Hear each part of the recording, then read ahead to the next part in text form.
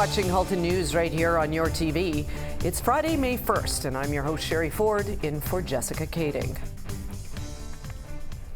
5 more people are confirmed positive for COVID-19 since yesterday, and 1 probable case has been confirmed. So the new total number of cases that Halton Region has reported since the onset of the virus is 521. 71% of those people have already fully recovered, while 22 people, or just over 4%, have unfortunately passed away. The Ontario government announced today that it is allowing a small list of businesses and workplaces to reopen, but it comes with strict public health measures. The businesses permitted to start back up include seasonal businesses and some essential construction projects. As of Monday, May the 4th, the following businesses will be able to operate: lawn care and landscaping services, garden centers and nurseries with curbside pickup, community gardens, no-touch car washes, auto dealers by appointment only, site preparations for construction projects, and certain essential construction projects such as broadband, telecommunications, municipal projects, and schools.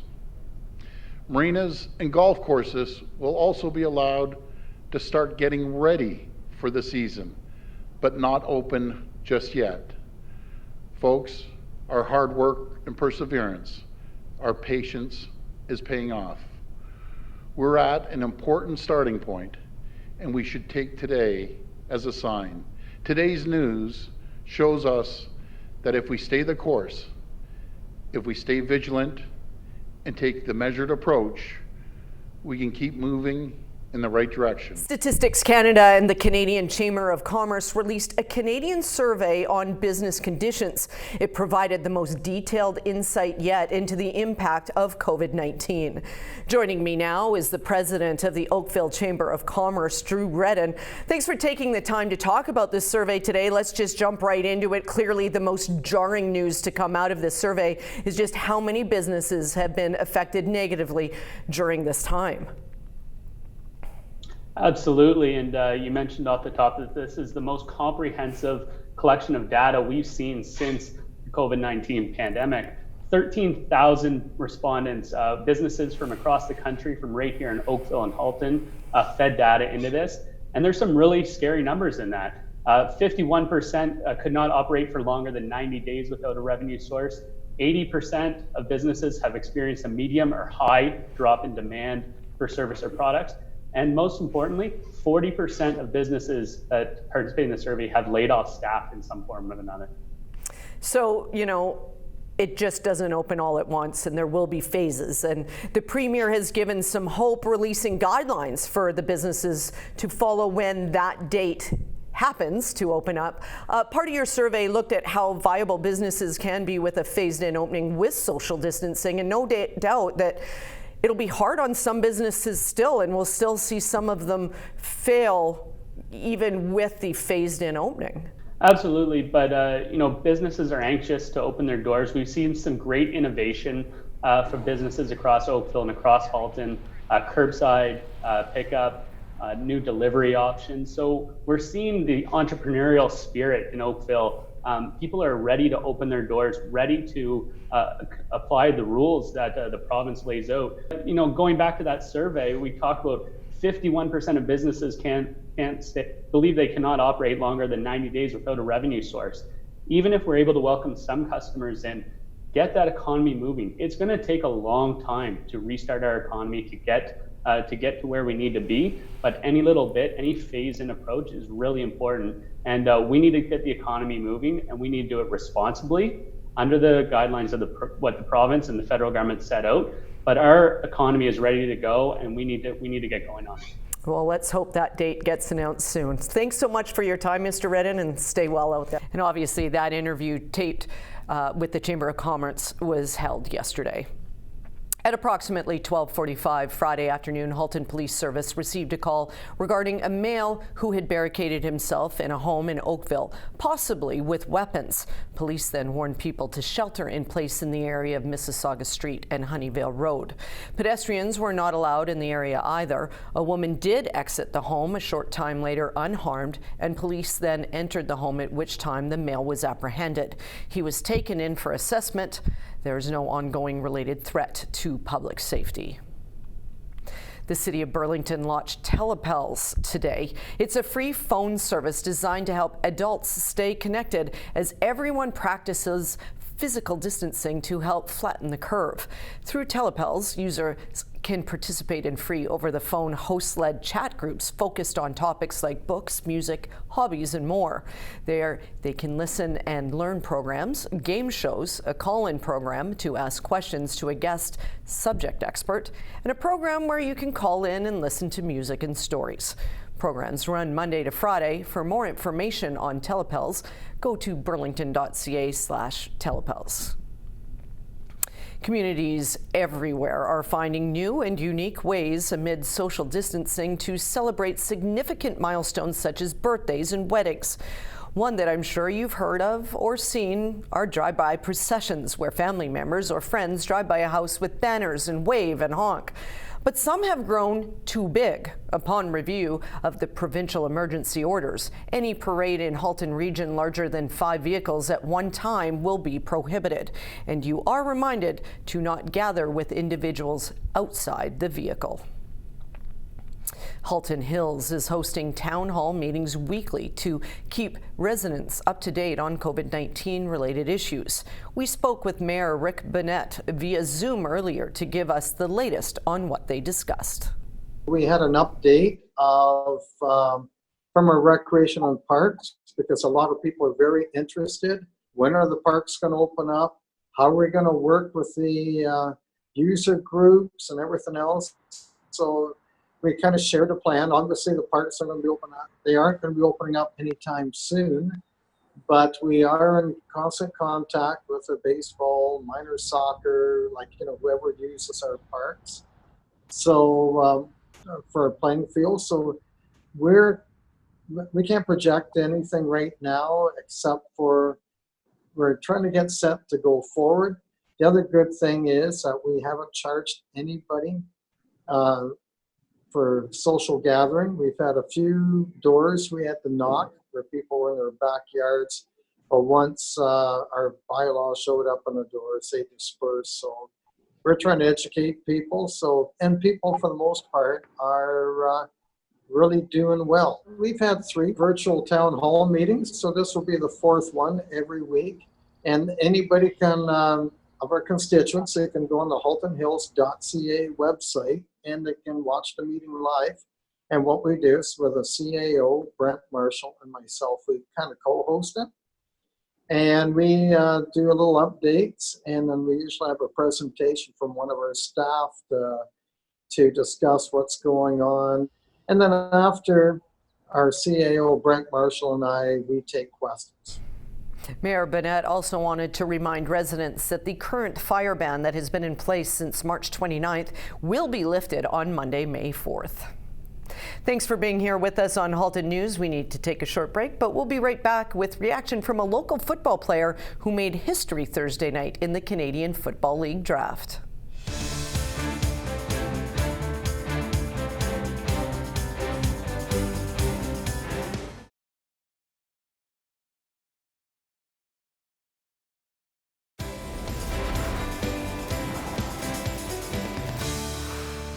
Welcome back to Halton News. Given the state of the world right now, in the middle of a pandemic, many people are hurting financially. Giving Tuesday is a global movement that invites people, whether it be businesses, organizations, or individuals, to get involved in giving back to the community. Joining me now is Karen Hudson, chair of Halton Gives, a local civic movement for Giving Tuesday. Thanks for joining me, Karen. First off, can you tell our viewers what Giving Tuesday is? Sure. Thanks, Sherry, and thanks for having me here today. So Giving Tuesday, I mean, you said it right there. It's a global day. It's celebrated around the world. It's been around since 2012. And it's really to inspire kind of this grassroots movement around giving back, and giving back in many forms. It doesn't have to just be financial, but getting involved, supporting a cause you care about, showing kindness to a neighbor. Giving Tuesday, the spirit of it really is about generosity and giving. And then, as you mentioned, in light of COVID, they have launched a second Giving Tuesday. It's typically at the end of the year, following Black Friday and the online Monday, whatever that buying day is, just to kind of celebrate giving back after this period of spending. But this year, in light of COVID and the high level of need around the world, a second day was launched, and that is upcoming on Tuesday, May 5th. So how can local residents get involved on Tuesday, May 5th? Yeah, there's lots of ways. So as I mentioned, giving takes many forms. So if a financial contribution is something that you're considering, certainly think about causes that are near and dear to your heart. The spring is a time of year when a lot of charities and nonprofits hold fundraising events, and a lot of those have had to be canceled. So they are struggling in terms of their budgets for the year to do their work. So certainly a financial contribution, but outside of that, just any act of kindness and generosity. So maybe it's reaching out to a neighbor that you know is lonely and giving them a phone call, or delivering groceries to someone in your neighborhood that can't get out themselves. There's lots of fun ways for families and kids to get involved too. We're encouraging things like chalk designs on your driveway, spreading fun positive messages, or putting the Giving Tuesday heart logo in the window of your home, just kind of getting that spirit out there. A lot of Giving Tuesday is around social media as well. So if you are involved in social media, get your positive messages out there. So there is Giving Tuesday Now, Giving Tuesday CA, Halton Gives is sort of our local Halton movement, if you want to tag those channels as well to get your message out there. And then another neat thing they've done for Giving Tuesday Now is there's this map. So if you go to givingtuesday.ca, you'll see this global map where the idea is you can kind of pin your stories of what you're doing to celebrate Giving Tuesday on that map. And so just again, getting that lots of positive messages out there into the universe right now when everyone's feeling a bit down. What are some examples of charities and what they're doing? Yeah, so in the Halton region, obviously COVID and the financial and economic impact of it, we've got a lot of families relying on food banks as an example that have never needed to before. So there's a lot of local food bank and food insecurity charities that are running matching campaigns. So they've got a generous donor who has said, any contributions up to a certain date will be matched. So some examples of that are Food for Life. We've also got Kerr Street Mission in Oakville.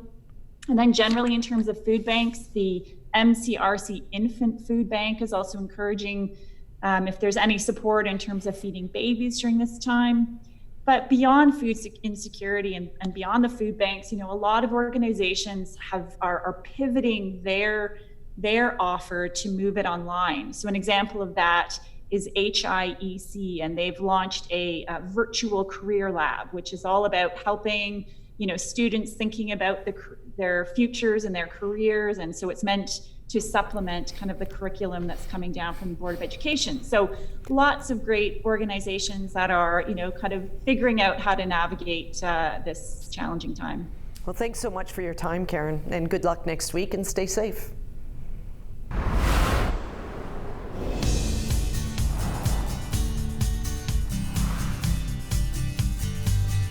To weather, and finally some sunshine today. I sure hope you all got out even for a little bit to feel that sun on your face. Taking a look ahead at the 5-day forecast, a 40% chance of rain Saturday under partly cloudy skies with more rain overnight. But Sunday looks heavenly, 23 degrees and sunny. Monday, more sun, but only a high of 12. Tuesday, partly cloudy and 12. And a little warmer under cloudy skies on Wednesday, an expected high of 15.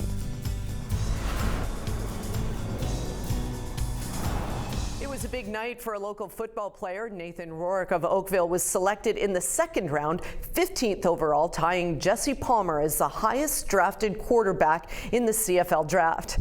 Nathan, congratulations. You're now a member of the BC Lions. Based on your communication with them, did you have a feeling about which team might be drafting you and how early you might be picked?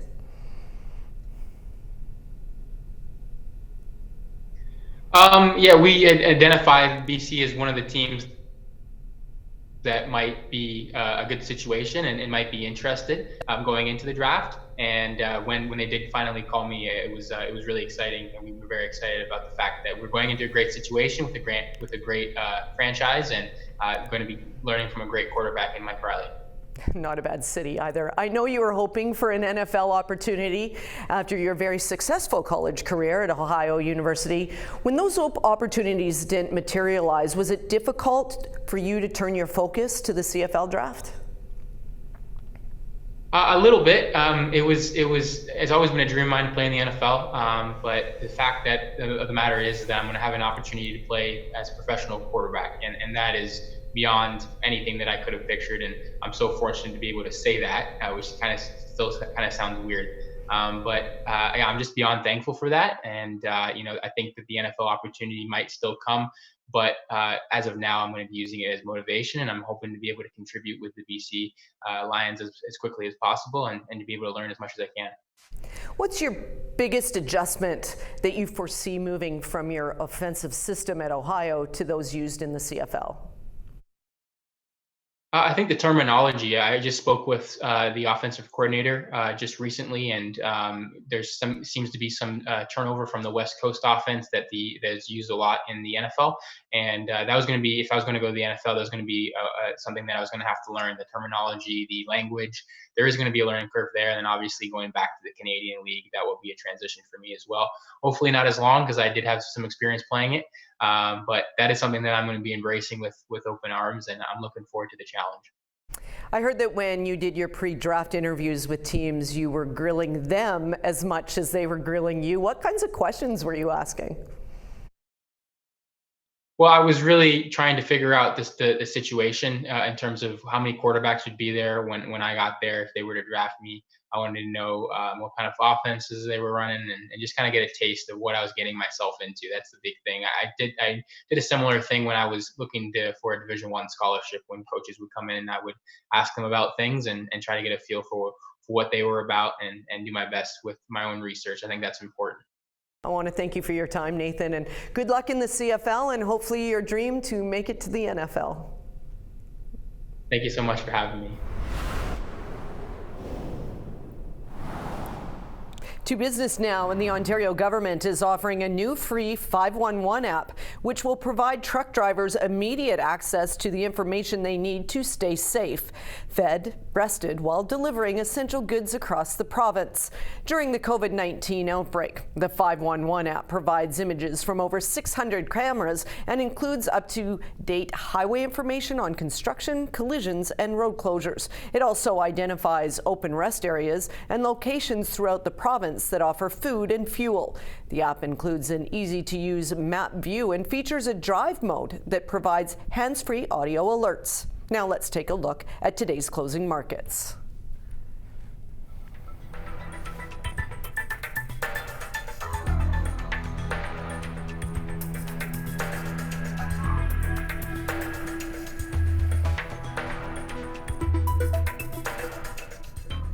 Please stay with us. We'll be right back after the short break with a look at the Oakville Milton Humane Society's newest fundraiser.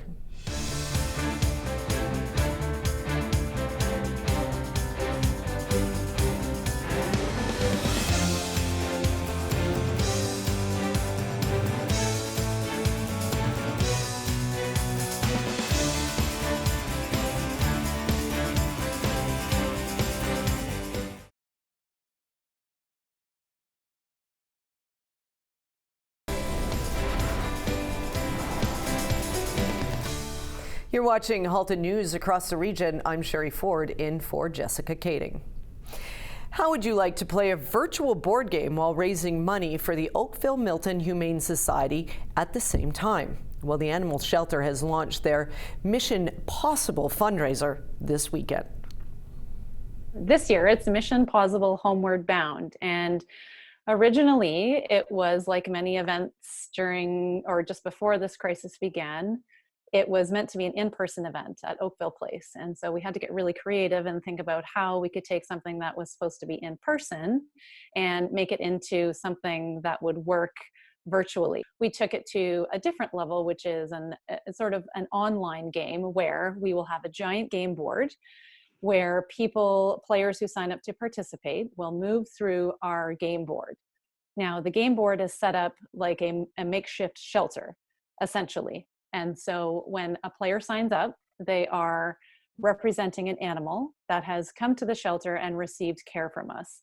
And so as a player, you get to experience what it's like to go through our makeshift shelter, our game board, and experience what it's like when an animal finally gets adopted, because there's a lot of care that goes into getting an animal healthy and well, both physically but also behaviorally, so that they can be adopted into their forever home. So when you register, you're going to get a couple of things. You get an online fundraising page, which makes it very easy to connect with your network and share what you're doing, as well as, again, that education component, share the story of the animal at each stage of the game. So we've taken the animal histories and we've broken them out very specifically into the procedures or the steps and pieces of the care to reflect the actual costs of each of those particular things that the animal is experiencing. So the goal to finish the game, participants or players need to raise $1,000. Now that is a suggested amount. We'd like to register 40 participants, and we've got a handful of participants and players who have started playing as of Monday, and a couple of them have completed some of the steps in the game, which is really exciting. So the game officially started on Monday, this past April 27th, and the game will go on until June 12th. People can register anytime throughout the game. There's no registration deadline, and we're encouraging everyone to register. So if you are a family that's looking for something to do, you can represent one of our animals as a family, and obviously the sooner you register, the more likely you are to complete the game. The Burlington Food Bank has been providing us with daily updates, and today the focus is on a major donation by Lexus of Oakville to the food banks in both Oakville and Burlington. Lexus of Oakville just donated $5,000 to each of our food banks, and we just want to say thank you to Frank, all of his staff. Keep safe, and again, thank you so much for your support of the food banks here in Burlington and Oakville. Silicon Halton introduces an online meeting on Tuesday, May 5th from 7 until 9 p.m. The cost is $12. This event has been rescheduled from its previous date of April 14th. Participants will receive a Zoom meeting URL 2 hours prior to the start of the event. For more information, you can visit www.siliconhalton.com. And thanks for watching, Halton. Have a great weekend.